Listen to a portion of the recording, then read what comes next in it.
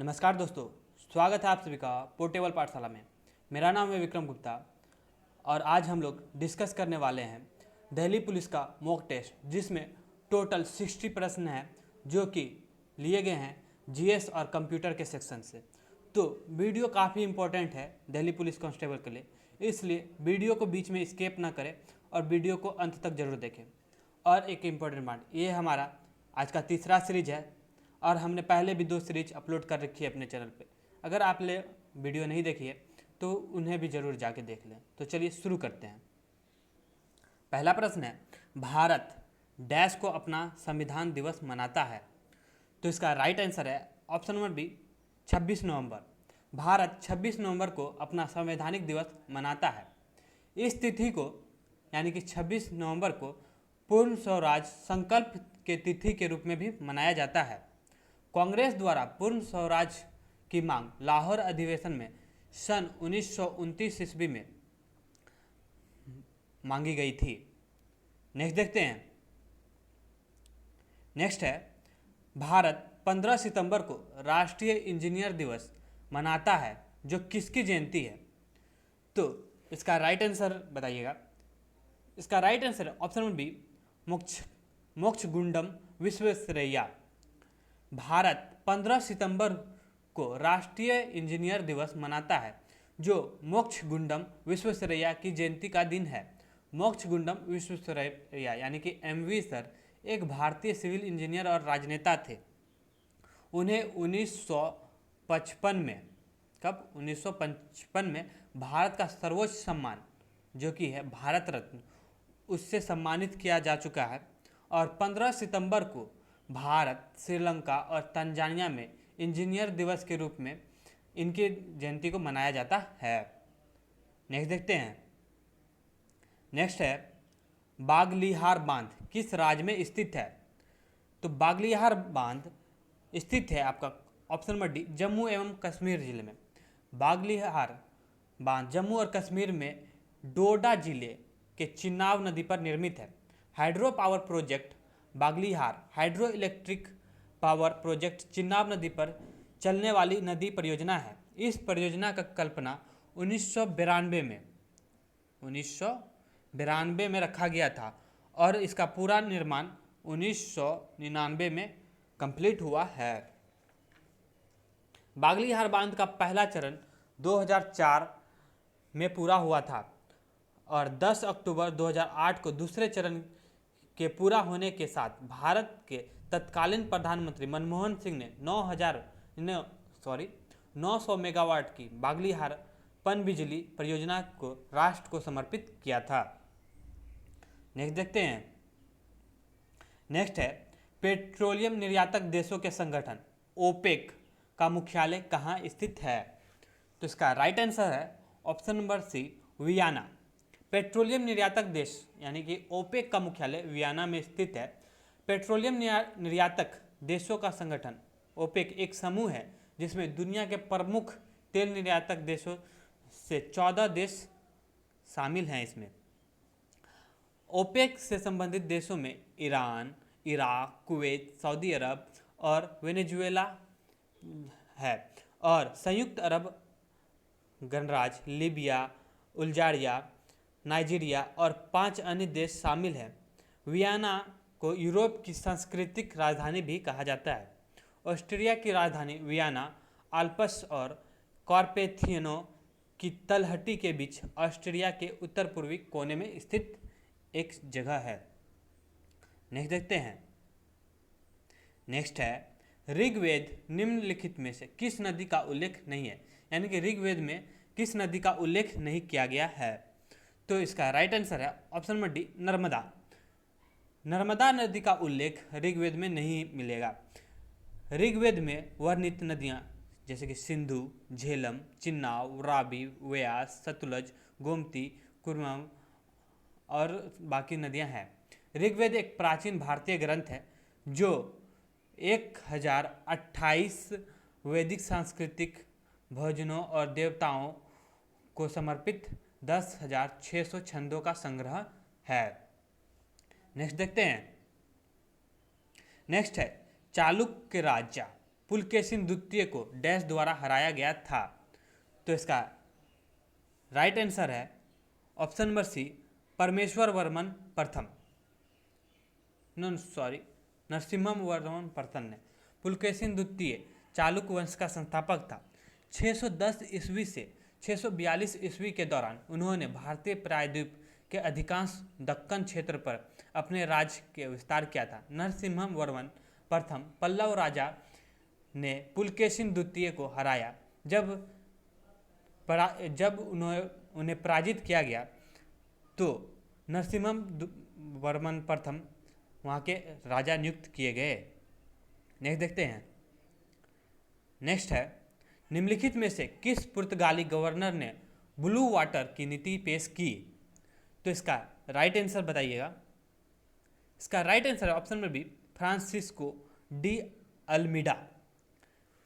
पुर्तगाली governor Francisco de Almeida 1505 से 1509 ने ब्लू वाटर की नीति शुरू की।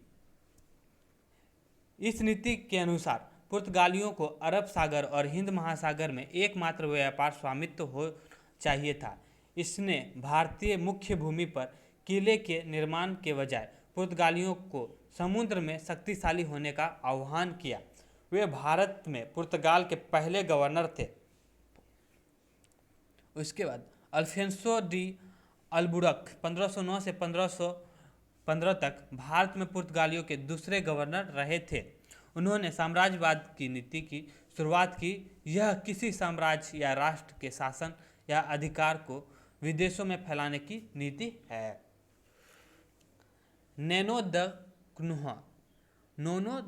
कुन्हा पुर्तगाली गवर्नर थे जिन्होंने अपनी राजधानी कोच्चिन से गोवा हस्तांतरित की थी और उन्होंने गुजरात के बहादुर शाह से दमन और द्वीप पर भी कब्जा कर लिया था।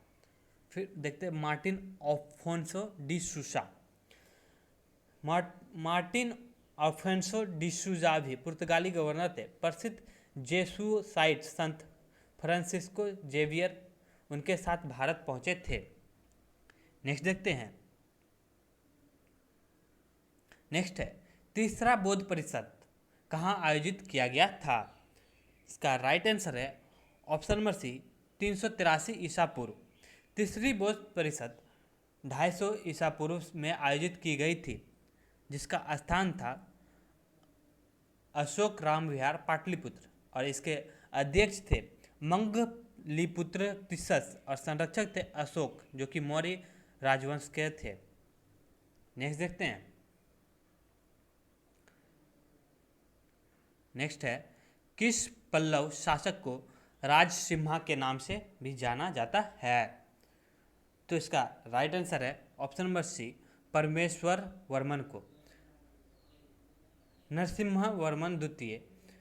नरसिम्हन द्वितीय को राजसिम्हा पल्लव के नाम से जाना जाता है। सॉरी, यहाँ पे मैंने गलत आंसर टिक लगा दिया था। इसका राइट आंसर है ऑप्शन नंबर बी।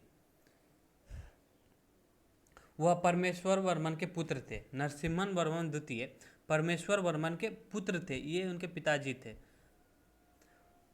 और वह भगवान शिव का एक महान अनुयायी था और उसने कांचीपुरम और कैलाशनाथ मंदिर का निर्माण किया था। उसने पल्लव साम्राज्य पर 29 वर्षों तक शासन किया था। नेक्स्ट देखते हैं।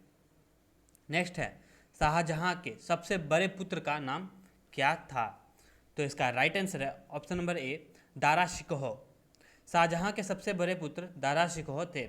शाहजहां मुगल वंश का 5वां सम्राट था। दारा शिकोह ने संस्कृत से फारसी में उपनिषदों को अनुवाद करवाया था।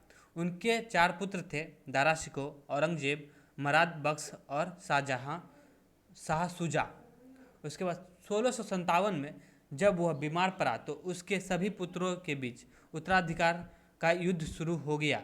इस प्रकार औरंगजेब ने उन तीनों को हराकर सिंहासन पर कब्जा कर लिया था। नेक्स्ट देखते हैं, द्वितीय विश्व युद्ध के नेताओं में ड्यूस के नाम से किसे जाना जाता है? इसका राइट आंसर है option number B, Mussolini. Mussolini का पूरा नाम बेनिटो एमिलियो एंड्रिया मुसोलिनी था।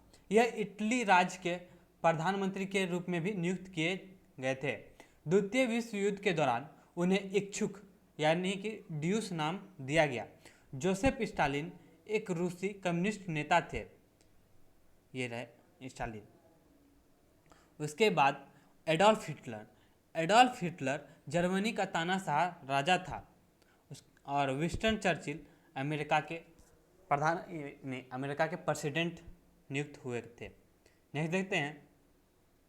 नेक्स्ट है, किस संवैधानिक संशोधन ने नगर पालिकाओं का परिचय दिया? तो इसका राइट आंसर है ऑप्शन नंबर सी, 74वां। 1992 में किए गए 74वें संशोधन ने नगर पालिका अधिनियम पेश किया। एक नया भाग अनुच्छेद 243 से 243(2)(g) में जोड़ा गया था। इसने नगर पालिकाओं को संवैधानिक दर्जा दिया और उन्हें संविधान में लाया गया। यह अधिनियम 1 जून 1993 को प्रभावी हुआ था। नेक्स्ट देखते हैं। नेक्स्ट है, निम्नलिखित में से कौन सा अनुच्छेद आकस्मिकता निधि के बारे में बताता है? तो इसका राइट आंसर ऑप्शन नंबर ए, अनुच्छेद 267। अनुच्छेद 267 आकस्मिकता निधि के बारे में बताता है। नेक्स्ट देखते हैं। किस संशोधन ने भारतीय संविधान में 9वीं अनुसूची जोड़ी? तो इसका राइट आंसर है ऑप्शन नंबर बी, 8। 9वीं अनुसूची को संविधान के प्रथम संशोधन में जोड़ा गया था। सॉरी, थोड़ा सा मिस्टेक हो रहा है। हाँ, पहली अनुसूची में पहले संशोधन के द्वारा 9वीं अनुसूची को संविधान में जोड़ा गया था। उसके बाद पहला संशोधन 1951 में हुआ और इसमें कई बदलाव किए गए, जिससे कि अभिव्यक्ति की स्वतंत्रता और व्यापार की स्वतंत्रता का जोड़ना है। दूसरे संशोधन में, जो कि 1 मई 1953 को हुआ था, इसमें अनुच्छेद 81(a)(b) में संशोधन करके एक सदस्यीय निर्वाचन क्षेत्र के लिए ऊपरी जनसंख्या सीमा को हटा दिया गया था। और 8वें संशोधन में, जो कि 5 जनवरी 1960 को हुआ था, लोकसभा और राज्य विधानसभा में अनुसूचित जातियों और अनुसूचित जनजातियों और आंग्ल भारतीय के लिए सीटों का आरक्षण की अवधि 1970 तक बढ़ा दी थी। फिर संविधान संशोधन 23, जो कि 23 जनवरी 1970 को हुआ था, इसमें नागालैंड में लोकसभा और विधानसभा दोनों में अनुसूचित जनजातियों के लिए सीटों का आरक्षण बंद कर दिया और निर्धारित किया कि एक से अधिक आंग्ल भारतीय को राज्य द्वारा किसी भी राज्य विधानसभा में नामित नहीं किया जा सकता है। लोकसभा और राज्य विधानसभा में अनुसूचित और आंग्ल भारतीय सदस्यों के लिए आरक्षण को 10 साल के लिए बढ़ाया गया 1980 तक। नेक्स्ट देखते हैं। नेक्स्ट है, बहुजन समाज पार्टी के संस्थापक कौन थे? तो इसका right answer option number D, Kanshiram. Bahujan Samaj party अंग्रेजी बहुमत पीपुल्स पार्टी भारत के राष्ट्रीय राजनीतिक पार्टी है। इसका गठन कांशीराम द्वारा अप्रैल 1984 में किया गया था, BR अम्बेडकर की जयंती पर। यह हिंदू सामाजिक व्यवस्था में सबसे निचले स्तर के लोगों का प्रतिनिधित्व करता है। इसके नामित सदस्य अनुसूचित जनजाति और अन्य पिछड़ा वर्गों के साथ साथ अन्य धार्मिक और सामाजिक अल्पसंख्यकों के लिए गठित किया गया था इस पार्टी को। नेक्स्ट देखते हैं। नेक्स्ट है, भारत के संविधान के अनुसार राष्ट्रपति अपने कार्यालय को स्वयं लिखकर इस्तीफा दे सकते हैं। तो इसका राइट आंसर है ऑप्शन नंबर बी, उपराष्ट्रपति।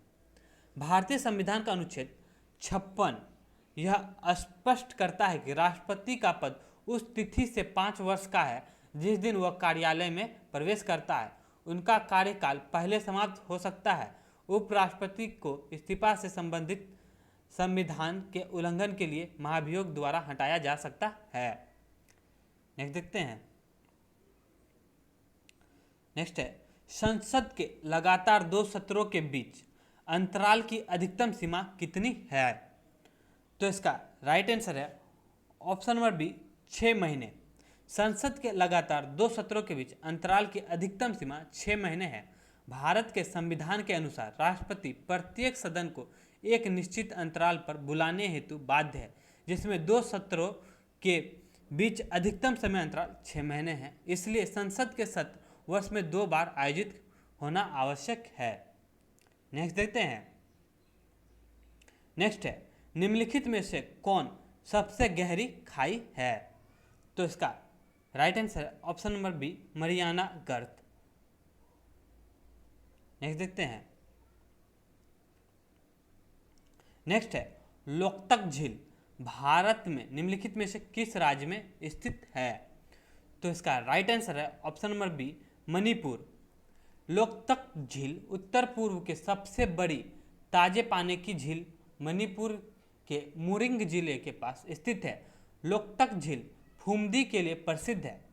फुमदी वनस्पति, मिट्टी और कार्बनिक पदार्थों के जीवित तैरते हुए पदार्थ हैं। किबुल लामजुआ दुनिया का एकमात्र तैरता हुआ राष्ट्रीय उद्यान है जो मणिपुर में लोकतक झील पर स्थित है। नेक्स्ट देखते हैं। नेक्स्ट है, इनमें से किस बंदरगाहों को न्यू मंगलोर पोर्ट के नाम से भी जाना जाता है? तो इसका राइट आंसर है ऑप्शन नंबर बी, पानम्बूर बंदरगाह। पानम्बूर बंदरगाह को न्यू मंगलोर पोर्ट के नाम से भी जाना जाता है। यह कर्नाटक के दक्षिण कन्नड़ जिले में स्थित है। कांडला बंदरगाह कच्छ की खाड़ी के पूर्व छोर पर स्थित है। नेक्स्ट देखते हैं। नेक्स्ट है, चीन के शिनजियांग प्रांत को लद्दाख के साथ कौन सा दर्रा जोड़ता है? तो इसका राइट आंसर है ऑप्शन नंबर 1, अघिल दर्रा। अघिल दर्रा चीन के शिनजियांग प्रांत को लद्दाख के साथ जोड़ता है। अघिल दर्रा माउंट गार्डविन ऑस्टिन के उत्तर में समुद्र तल से 5000 मीटर की ऊंचाई पर स्थित है। नेक्स्ट देखते हैं। इनमें से किसे मिलियन हाथियों की भूमि के रूप में जाना जाता है? तो इसका राइट आंसर है ऑप्शन नंबर ए, लाओस। लाओस को मिलियन हाथी की भूमि के रूप में जाना जाता है। फिनलैंड को हजारों झीलों की भूमि के रूप में जाना जाता है। एवं ओसाका को जापान के मैनचेस्टर के रूप में जाना जाता है। एवं जयपुर को गुलाबी शहर के रूप में जाना जाता है। नेक्स्ट देखते हैं। नेक्स्ट है, तस्मान सागर और प्रशांत महासागर में मिलती है, यानी डैश तस्मान सागर और प्रशांत महासागर में मिलती है। तो इसका राइट आंसर है ऑप्शन नंबर डी, कुक जल डमरू मध्य। कुक जल डमरू मध्य तस्मान सागर और प्रशांत सागर को मिलाती है। नेक्स्ट देखते हैं। निम्नलिखित में से कौन प्रिंसिपल्स ऑफ पॉलिटिकल इकोनॉमी का लेखक है? तो इसका right answer option number B, John Stuart Mill. John Stuart Mill एक अंग्रेजी दार्शनिक, अर्थशास्त्री और उपयोगितावाद के प्रतिपादक थे। वे 19वीं सदी के सुधार युग में एक प्रचारक के रूप में प्रमुख थे और एक तर्कशास्त्री और एक नैतिक सिद्धांतकार के रूप में अस्थायी रूप से अवशोषित थे। नेक्स्ट देखते हैं। नेक्स्ट है, पूंजीगत व्यय या राजस्व घाटे में पर्याप्त वृद्धि डैश की ओर ले जाता है। तो इसका right answer option number C, राजकोषीय घाटा। राजकोषीय घाटा राजस्व और पूंजीगत व्यय के योग में से लिए गए सभी ऋणों को अतिरिक्त सभी राजस्व और प्राप्त पूंजी है। पूंजीगत व्यय या राजस्व घाटे में पर्याप्त वृद्धि से राजकोषीय घाटा होता है। राजकोषीय घाटा बराबर प्राप्त राजस्व प्लस प्राप्त पूंजी इक्वल माइनस कुल व्यय होता है। नेक्स्ट देखते हैं। एक इम्पॉर्टेंट बात दोस्तों, अगर आप सभी को ये वीडियो पसंद आ रहा तो सेशन को शेयर करते जाएं ताकि ज़्यादा से ज़्यादा लोग इस सेशन से जुड़ सके और इस सेशन का लाभ उठा पाए, क्योंकि आजकल के ज़माने में नौकरी लेना कितना मुश्किल है आप लोग बखूबी समझते हैं। इसलिए वीडियो को शेयर करके अपने दोस्तों को भी मदद करें और वीडियो को लाइक करते रहें। लाइक करने से हमारा उत्साह बढ़ता रहता है। नेक्स्ट देखते हैं। कौन सी पंचवर्षीय योजना महालन महालनोबिस मॉडल पर आधारित है। तो इसका राइट आंसर है ऑप्शन नंबर ए, द्वितीय। द्वितीय पंचवर्षीय योजना के बारे में केंद्रीय कुछ बिंदु है। सार्वजनिक क्षेत्र का तेजी से इसमें औद्योगिकीकरण किया गया था और इस पर आधारित महालनोबिस मॉडल है। मुख्य व्यक्ति इसमें थे भारतीय सांख्यिकी विद प्रशांत चंद्र महालनोबिस और इसका लक्षित विकास था 4.5 यानी कि 4.5% की दर से विकास दर और जीडीपी विकास 4 इसमें लक्ष्य रखा गया था 4.5 और इसको हासिल किया गया था 4.21 से और इसकी अवधि थी 1956 से लेकर के 1961 तक। नेक्स्ट देखते हैं। नेक्स्ट है ब्रिक्स राष्ट्रों के संदर्भ में अक्षर एस किस राष्ट्र का प्रतिनिधित्व करता है? तो इसका right answer option number C, S से साउथ अफ्रीका यानी कि दक्षिण अफ्रीका। ब्रिक्स 5 देशों का एक संगठन है जिसमें ब्राज़ील, रूस, भारत, चीन और दक्षिण अफ्रीका है। दक्षिण अफ्रीका शुरू में इसका हिस्सा नहीं था, लेकिन बाद में वर्ष 2010 में इसमें शामिल हो गया। ये राष्ट्र विश्व की आर्थिक वृद्धि का 50% हिस्सा है। ब्रिक्स शिखर सम्मेलन 2019 13 से 14 नवंबर 2019 को आयोजित किया गया था और ये प्रत्येक वर्ष आयोजित किया जाने वाला एक सम्मेलन है और इसके हेडक्वार्टर आपको देखने को मिलेंगे बीजिंग में। नेक्स्ट देखते हैं। नेक्स्ट है फुफ्फुसीय शिराएं डैश से ले जाती है। तो इसका राइट आंसर है ऑप्शन नंबर ए, फेफड़ों से हृदय तक ऑक्सीजन युक्त रक्त। फुफ्फुसीय शिराएं में एकमात्र शिराएं होती है जो फेफड़ों से ऑक्सीजन युक्त रक्त को हृदय तक हस्तांतरित करती है। उसके बाद नेक्स्ट देखते हैं। नेक्स्ट है निम्नलिखित में से मानव शरीर की सबसे लंबी और मजबूत हड्डी कौन सी है? तो इसका राइट आंसर है, जैसा कि आप सभी को पता भी होगा, इसका राइट आंसर ऑप्शन सी, जांघ की हड्डी, जिसे फीमर बोन भी कहा जाता है। जांघ की हड्डी मानव शरीर में अब तक की सबसे लंबी और मजबूत हड्डी है। आमतौर पर जांघ की हड्डी को फीमर के रूप में जाना जाता है। जांघ की हड्डी निम्नतम से लेकर नीचे घुटने तक होती है। उसके बाद स्टेपस मानव शरीर का सबसे छोटा हड्डी है। नेक्स्ट देखते हैं।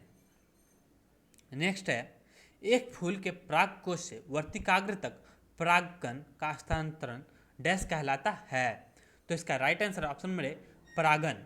एक फूल में परागकोश से वर्तिकाग्र तक परागकण का हस्तांतरण परागकण कहलाता है। पुनर्जनन वह प्रक्रिया है जिसके माध्यम से जीव अपने खोए हुए शरीर के अंगों को पुनर्स्थापित या प्रतिस्थापित करते हैं। फिर देखते हैं वाष्पोत्सर्जन। वाष्पोत्सर्जन वह प्रक्रिया है जिसके माध्यम से पौधे पानी को जल वाष्प या नमी के रूप में मुक्त करती है। फिर यौन प्रजनन।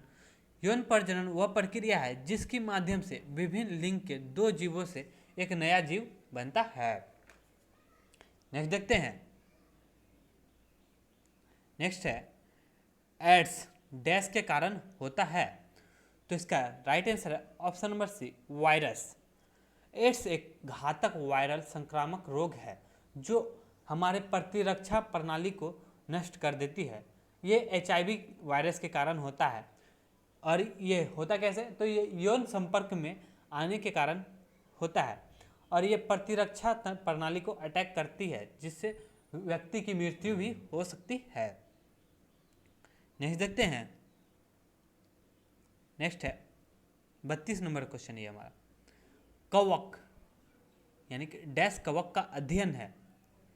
तो इसका right answer option number B, कवक विज्ञान। कवक विज्ञान जीव विज्ञान की वह शाखा है जो कवक को अध्ययन से संबंधित है, जिसमें आनुवांशिक और जैव रासायनिक गुण, उनके द्विवीकरण और मनुष्यों के लिए उपयोग है। नेक्स्ट देखते हैं। किस माध्यम का पूर्ण अपवर्तक सूचकांक सदैव डैश होता है? तो इसका right answer option number D, 1 से कम। सॉरी 1 से कम नहीं होगा, 1 से अधिक होगा। किसी माध्यम का पूर्ण अपवर्तक सूचकांक सदैव एक से अधिक होता है। एक पदार्थ का अपवर्तक सूचित करता है कि प्रकाश कैसे उस पदार्थ के माध्यम से तीव्रता से यात्रा करता है। नेक्स्ट देखते हैं। नेक्स्ट है, निम्नलिखित में से कौन सी नियम पानी के नीचे पनडुब्बियों के संचालन हेतु जिम्मेदार है? तो इसका right answer option number C है, आर्किमिडीज का सिद्धांत। आर्किमिडीज के सिद्धांत में कहा गया है कि यदि कोई वस्तु आंशिक रूप से या पूरी तरह से पानी में डूबी हुई है तो वस्तु द्वारा ऊपर की ओर बल लगाया जाएगा जो वस्तु के बल के बराबर होगा। नेक्स्ट देखते हैं। नेक्स्ट है, सल्फर को हटाने के लिए सल्फाइड अयस्कों के तापन की प्रक्रिया को किस रूप में जाना जाता है? तो इसका राइट आंसर है ऑप्शन नंबर डी, रोस्टिंग। धातु को इसके सल्फाइड और कार्बोनेट से प्राप्त करने की तुलना में इसके ऑक्साइड से प्राप्त करना अधिक आसान है। अब चयन से पहले धातु सल्फाइडों और कार्बोनेट को धातु ऑक्साइडों में परिवर्तित किया जाता है। सल्फाइड अयस्कों को अत्यधिक वायु की मौजूदगी में अत्यधिक तापित करके ऑक्साइड में परिवर्तित किया जाता है। इस प्रक्रिया को रोस्टिंग के रूप में जाना जाता है। नेक्स्ट देखते हैं। नेक्स्ट है, सिरका में मौजूद प्रमुख रसायन क्या है? तो इसका राइट आंसर है ऑप्शन नंबर ए, एथेनोइक एसिड। एथेनोइक एसिड सिरका में सबसे ज़्यादा प्रचुर मात्रा में पाया जाता है और इसका फॉर्मूला होता है CH3COOH और इसका pH मान होता है 2.4। नेक्स्ट देखते हैं। नेक्स्ट है, डैश ने दुनिया के पहले थर्मोन्यूक्लियर हथियार हाइड्रोजन बम को विकसित किया था? तो इसका राइट आंसर है, आप सब इस क्वेश्चन को अवश्य जानते होंगे, एडवर्ड टेलर।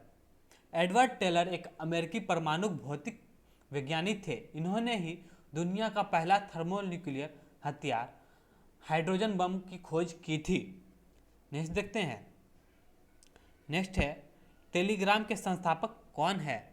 तो इसका राइट आंसर है ऑप्शन नंबर एक, Pavel Duro.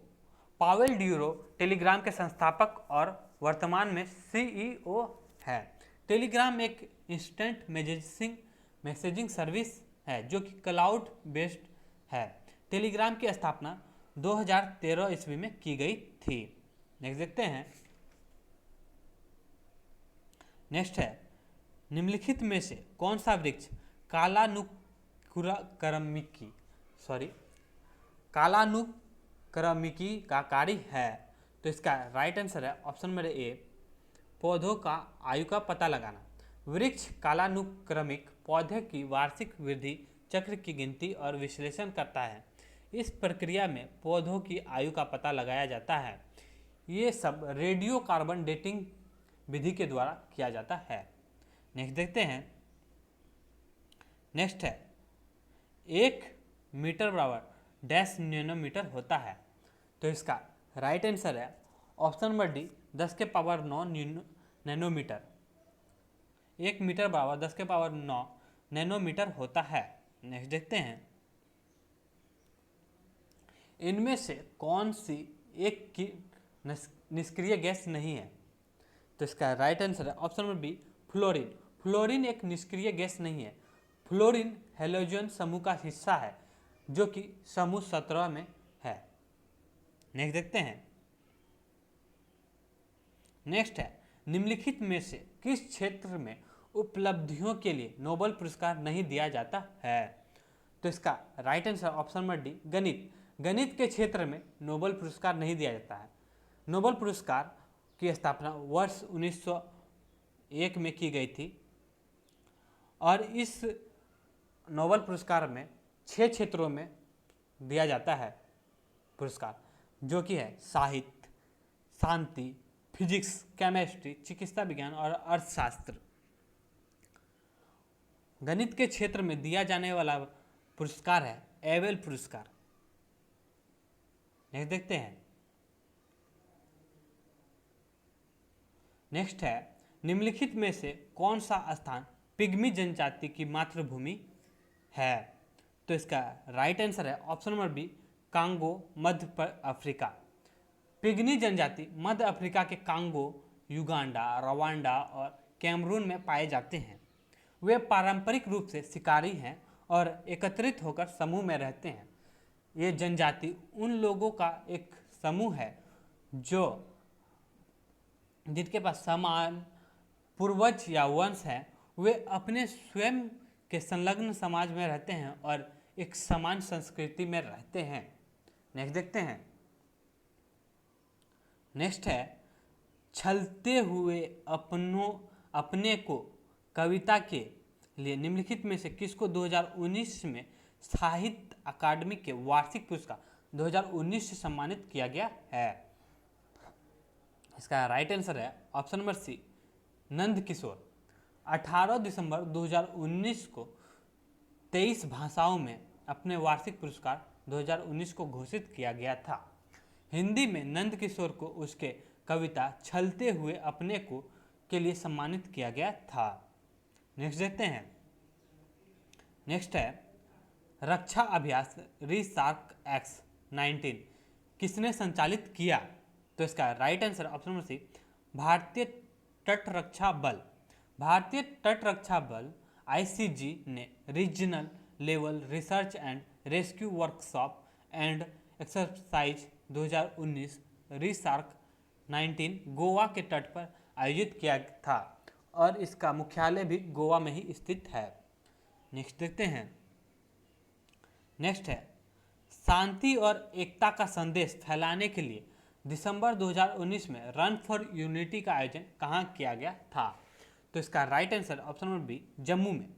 Jammu and Kashmir police ने 22 दिसंबर 2019 को शांति और एकता का संदेश फैलाने के लिए जम्मू में रन फॉर यूनिटी आयोजित किया था। इस प्रतियोगिता में विभिन्न श्रेणियों के लिए DGP दिलबाग सिंह ने हरी झंडी दिखाई थी। नेक्स्ट देखते हैं। नेक्स्ट है निम्न में से किसे 2019 के लिए टाइम पत्रिका का पर्सन ऑफ द ईयर नामित किया गया है? तो इसका right answer option number B, Greta Thunberg. Greta Thunberg एक स्वीडिश छात्रा है जिन्होंने जलवायु परिवर्तन से लड़ने के लिए एक वैश्विक आंदोलन #फ्राइडे फॉर फ्यूचर से लोकप्रिय हुई थी। ये ग्रेटा थनबर्ग टाइम्स पत्रिका की पर्सन ऑफ द ईयर घोषित होने वाली सबसे कम उम्र की महिला है। नेक्स्ट देखते हैं। नेक्स्ट है काठमांडू में 13वें दक्षिण एशियाई खेलों में भारत ने कितने स्वर्ण पदक जीते? तो इसका राइट आंसर है ऑप्शन नंबर ए, 174। भारत ने एथलेटिक्स, वॉलीबॉल, शूटिंग और टेबल टेनिस में 174 स्वर्ण पदक जीतकर 13वें साउथ एशियन गेम में अपना दबदबा बनाया। नेक्स्ट देखते हैं।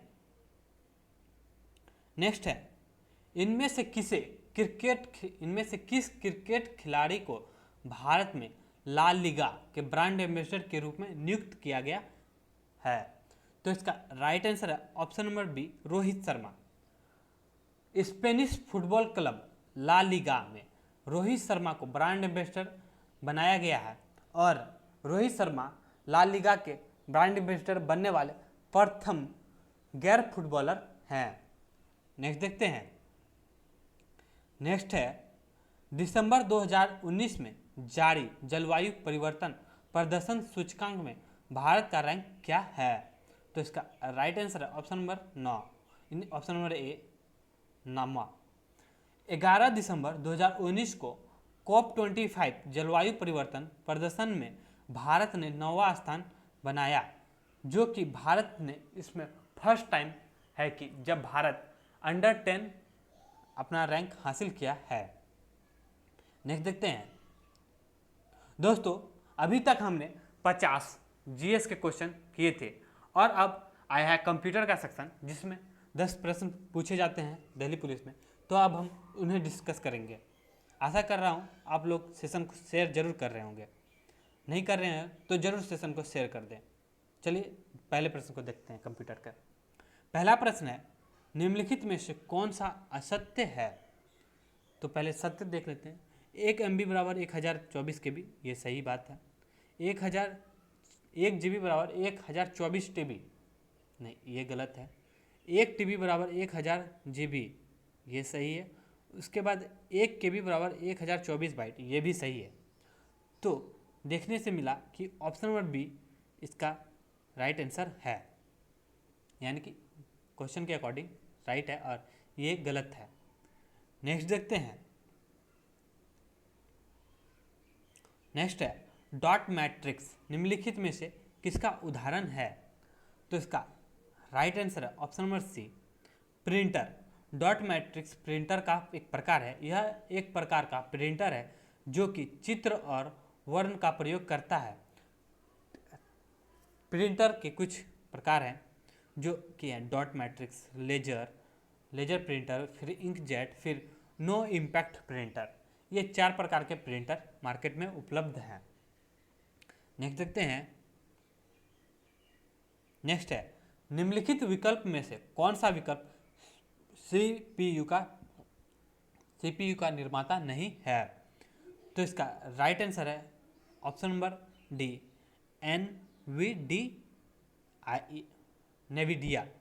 नेविडिया सीपीयू का निर्माता नहीं है। बाकी AMD, इंटेल और IBM ये सभी सीपीयू का निर्माण करते हैं। सीपीयू को कंप्यूटर का मस्तिष्क यानी ब्रेन ऑफ कंप्यूटर भी बोला जाता है। नेक्स्ट देखते हैं। नेक्स्ट है इंटरनेट के संदर्भ में IP का क्या अर्थ है? IP का मतलब होता है इंटरनेट प्रोटोकॉल, जो कि है ऑप्शन नंबर ए में। यह वह संख्या है जो इंटरनेट पर हर कंप्यूटर की अलग पहचान करता है। IP एड्रेस 2 प्रकार के होते हैं, एक IPv4 और दूसरा होता है IPv6। ये 32 बिट पे काम करता है और ये 128 बिट पे कार्य करता है। नेक्स्ट देखते हैं। नेक्स्ट है निम्नलिखित में से कौन इंटरनेट से संबंधित नहीं है? तो इसका right answer option number D, mouse को चलाने के लिए इंटरनेट की कोई आवश्यकता नहीं है। इसे हम लोग फिजिकली हाथ से यूज करते हैं। फिर सर्च इंजन, लिंक और ब्राउज़र, इनको यूज करने के लिए हमें इंटरनेट की आवश्यकता होती ही होती है। नेक्स्ट देखते हैं।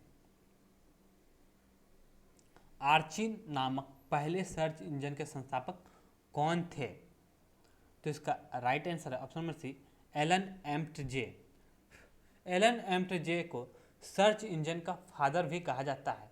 इन्होंने पहला सर्च इंजन आर्ची बनाया था और इसका जन्म 27 नवंबर 1964 को हुआ था।